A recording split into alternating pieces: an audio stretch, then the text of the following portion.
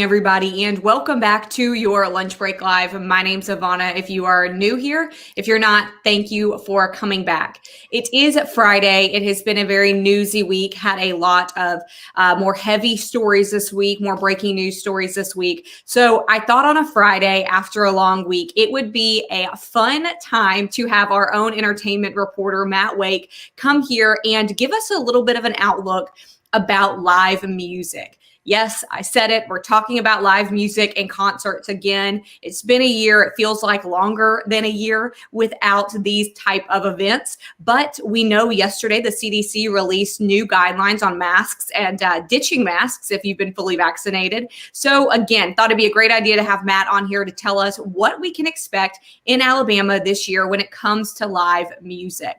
Matt, I know your life is really built around live music. And I'm sure this last year has been horrible for you. So I know you are personally really glad to see things moving in the right direction. Oh yeah, man! Concerts coming back up. It's some of the most enjoyable entertainment there is, and people are going to be really psyched to get back to it, and on the touring level, big level way.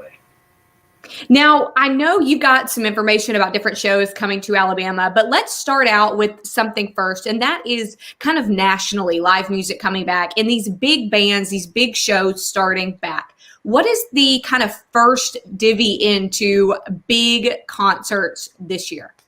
Well, the biggest one that's currently on the calendar and closest up is the big rock stadium tour with Motley Crue, Def Leppard, Poison, and Joan Jett. It was many of the shows were sold out pre-pandemic. The first one is scheduled to kick off June 19th at the football stadium in Nashville, and it's going to be interesting to see if that's still going to happen. We're still just a little over a month out, so are they going to go ahead with that? And also, how many of those ticket holders, those fans, held on to those tickets once we got into the heart of the pandemic? Some financial uncertainty, but I think a lot of people are going to, fill those stadiums if they do it and don't push it to the fall. And maybe worth noting, Vince Neil, a Motley Crue singer, has scheduled a solo concert the day before at a casino in New York. So I don't know if he's warming up or if he knows something. We're all going to find out about that tomorrow. So that's the biggest one currently, I think, scheduled to come up. So we know that is, just a little bit north of us, not as north of you in Huntsville there to get to Nashville, and a easy drive. A lot of us loved going to Nashville, especially pre-pandemic, to see our shows and do all kinds of other fun things. But what can we expect coming into Alabama this year? Who's coming? Where are they coming? And what are going to be kind of our top shows to get us back into the live music arena?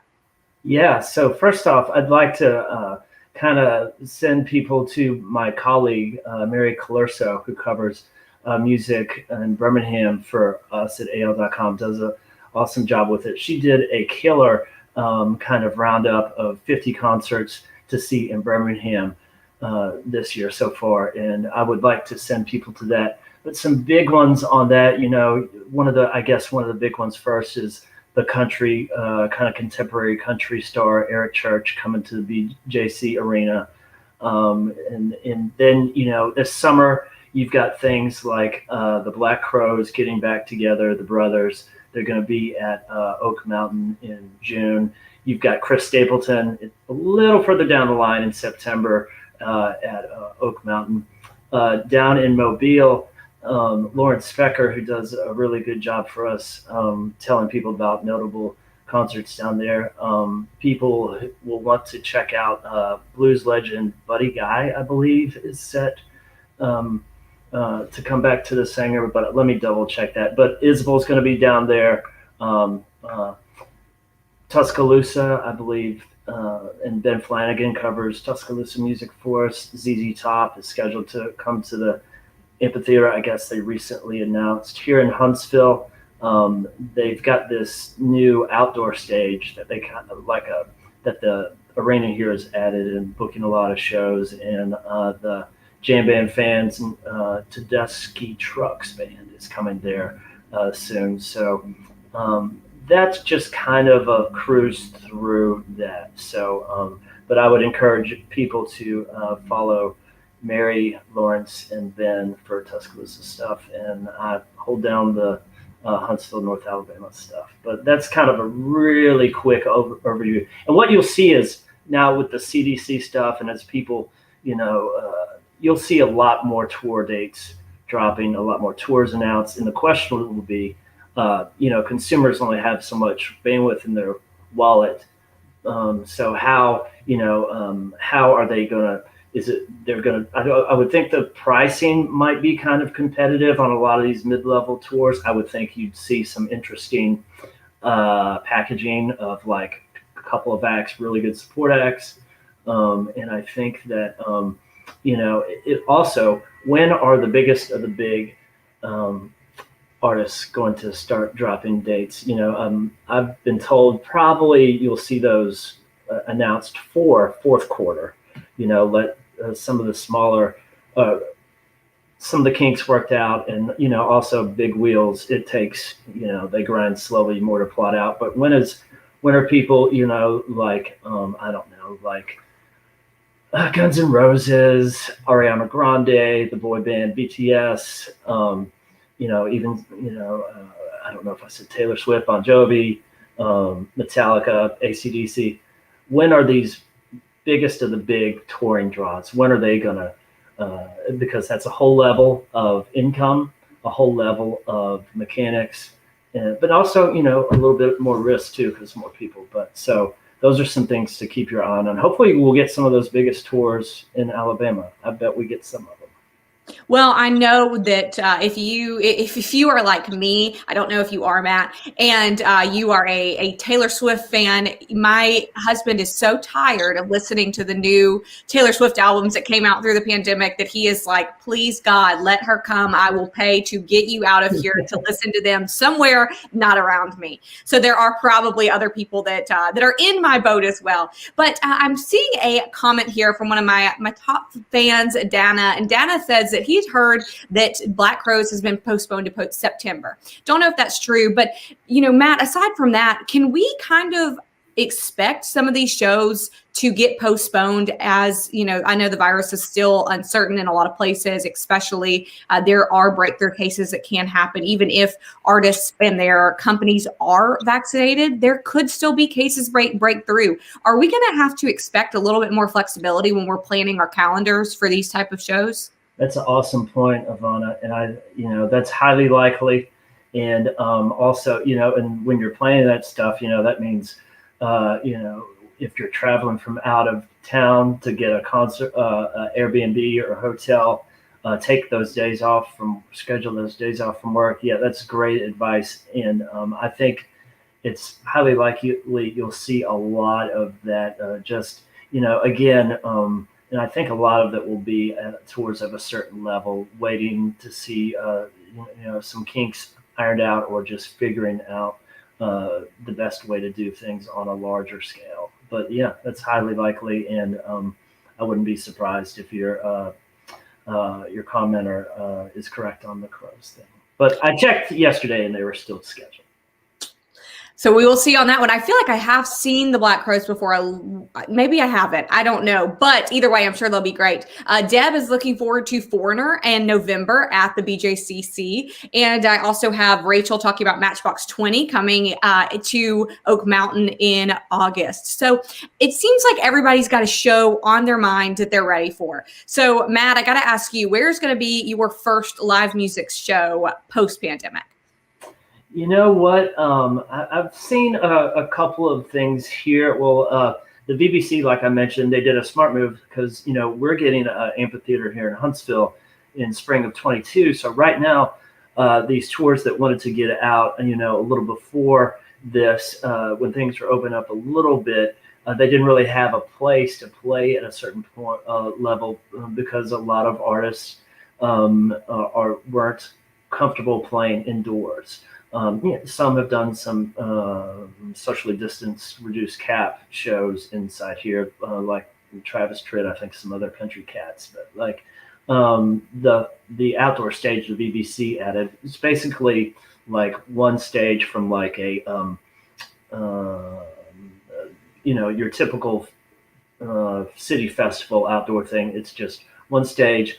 I saw Blackberry Smoke with the jam band North Mississippi All Stars, and Blackberry Smoke is like a southern rock country, and it was fun. And it was cool seeing. It was like I didn't know I'd missed waiting in line to like use the porta potty, but like I was like, wow, I'm at a concert again. People were just, they had big grins on their face, and it was all the little, even going through like the security and putting your keys in. You're like, oh man, this is home.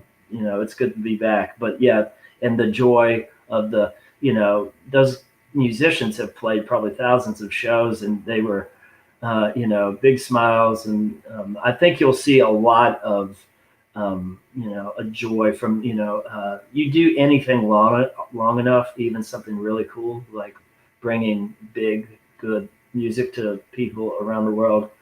You take it for granted. I think it would be hard not to at a certain point, but I think you'll see even like legends, and the good ones really still appreciate. I think both the musicians and artists will. It's going to be special for everybody getting back to really big, cool concerts. And shout out to the local and regional bands and the smaller venues that have opened up before this and given us some musical escape during a weird year. I have Sharon saying she's looking forward to 38 Special performing in Huntsville. Yeah. And a couple other people, again, still talking about the Black Crows here. But, Matt, I know the CDC guidance is very new. It came out yesterday afternoon, I think, when a lot of us were kind of shutting our laptops for the day. So I know that you probably haven't heard a lot from concert venues about their mask requirements, or if there were going to be any changes to mask requirements after that guidance yesterday, saying that vaccinated people can ditch their masks in most circumstances. So I know a lot of the concerts we've been talking about are outside amphitheaters or at other venues, but have you heard, number one, and do you expect to hear anything about mask requirements for these indoor venues? You know what? I think you and I were talking about this off camera before we got live here. You had a great point. I would highly recommend, and this is your point that I'm just passing along, for people to check with each particular venue that before they go, the week of, ask for their current, or check their socials or call them or email them or whatever. I think you'll see there'll probably be some standard, following whatever guidelines that are given, because people do that, just for safety and legal reasons. But I think check with the venue you're going to leading up to it. I think you'll see maybe a little wiggle room in some things, but to be determined, I would say. I have somebody saying that Black Jacket Symphony will be rescheduling their Pink Floyd concert from last year. And I also had somebody, I think they were talking about Alabama, the state, but Alabama had a show, the band Alabama had a show that was scheduled for 2020 last year, obviously was canceled after everything was happening with the pandemic. So interesting to see if that will be rescheduled as well. So Matt, before we go, give me your top must-see concerts this year, one in Huntsville or North Alabama, one in Central, and one in South Alabama. Okay, here's kind of a random one for Huntsville. I'll split it on this one. Well, the country legend Reba McEntire is scheduled to be here in the fall. And, do I sit around and listen to Reba records here at the house? I don't, but that's a huge star, and it's an opportunity for people here to see a country legend. And also in the country thing, there's going to be a tribute to concert to Lee Greenwood. And and it has a surprising amount of notable country names that are going to be performing at that. Both of those at the Von Braun Center. I think this will be an interesting tour to see Isbell, because he's built up this catalog that I think of recent songs that people know, but he also, he's going to have this new kind of thing of fame he's kind of doing the Chris Christopherson thing with crossing over into acting with the Scorsese movie. I think, and his band's killer, and a couple, Jimbo Hart and Chad Gamble, a couple of North Alabama natives are in his band, but they're awesome. And so I would think that's one to see. And I'm a Black Crowes super fan. So I wish they the brothers Chris and Rich had their drummer Steve Gorman with them and some other longtime members. But it's the brothers and some new cats. But it's songs that have stood up for 30 something years now, so or 30 years. So I would go with those. You say Reba, and I have to say I saw Reba years and years ago with George Strait actually in Birmingham. Phenomenal, unbelievable. You 100%, like you said, even if you don't sit here and listen to Reba on the daily basis, you definitely should go to that one. I might have to make that one. So Matt, thank you so much for coming here, telling us about what we can expect this year. And I think that we're going to have to rope you back in after you get a few post-pandemic concerts under your belt. Yeah, I'd love that. And if the Motley Stadium tour indeed is a go, I'll definitely be in Nashville in mid-June for that. So it'll be fascinating to see what that is like. Looking forward to it. I'm so glad we got to do this on a Friday, wrap our week up with a little bit of a bow and end it with a smile, which is always a good thing for Friday. So Matt, thank you so much. Everybody watching, I love how you're telling me about your concerts. Chris Stapleton, somebody says the Swinging Medallions. Everybody tell me what concert you're looking forward to the most, and we will see you on Monday.